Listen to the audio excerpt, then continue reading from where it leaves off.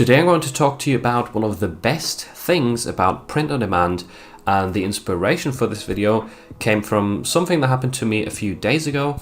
And to explain what this best thing, or one of the best things about print on demand is, I will tell you the story of what happened, and then I will also give you lessons to learn from what happened and how to apply it to your own business. So there's two things that actually happened. The first one, on the 1st of October, I suddenly got a massive spike in sales on Displate. If you don't know what Displate is, they sell metal posters. It's a unique idea, and you can upload your print-on-demand t-shirt designs to those posters as well. I'll show you a screenshot right here where the exact same design sold 8 times in the same day, generating about $20–25. That design is quite interestingly a design. I checked this back in my folder that I created in 2020.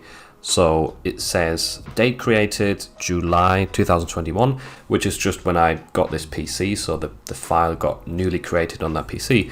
But date modified actually shows when it was originally created in November 2020, which is nearly 2 years ago. Such a long time later, like 2 years after the creation of the design, it suddenly sells a ton, and it has carried on selling since that initial spike in sales. I don't know why that's happened, but it can sometimes happen. And the second thing that happened actually just a couple days before, or one day before, was on the 30th of September on another platform that a lot of you might have never heard of, called Tostadora. I got one product or one design selling multiple times in the same order. So you know how usually you get maybe one t-shirt sale at once or 2 at once of the same design.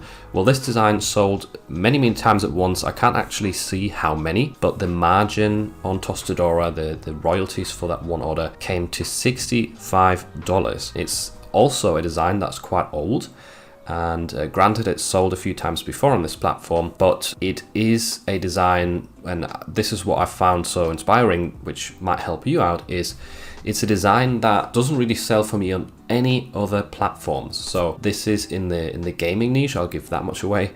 And basically, I don't really get many sales in the gaming niche on merch by Amazon, on Redbubble, on TeePublic. Most platforms I don't sell much gaming stuff, but on this platform I do get a few sales, and suddenly this sort of big order happened. I think what you can learn from this is that all of the designs you create, I'm guessing many of you have created like hundreds of designs. They're all like, in a sense, like ticking time bombs. Many of them will never go off, but some of them might suddenly, even like 2 years later, go off and get you a lot of sales. And especially whilst we're moving into Q4 and whilst the Christmas shopping begins, those sort of stories or instances can happen more and more often, or more likely. So all of the designs you create, you might feel like you're barely getting any sales, but trust me, they're like ticking time bombs that can eventually go off. And another lesson to take away from this is that these designs sold very well on Displate and on Tostadora, whilst on other marketplaces they don't really sell a lot for me. So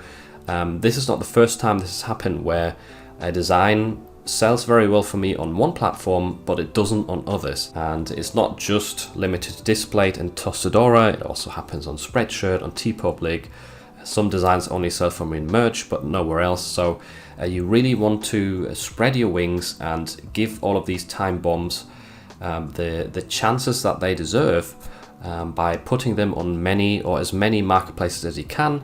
I know manually that's very hard, but that's why I use upload automation, Flying Upload specifically, which I will leave a link down below in the description to, with a tutorial video as well, if you want to be introduced to that. Because without Flying Upload, I would have never uploaded my designs to Displate or Tostadora.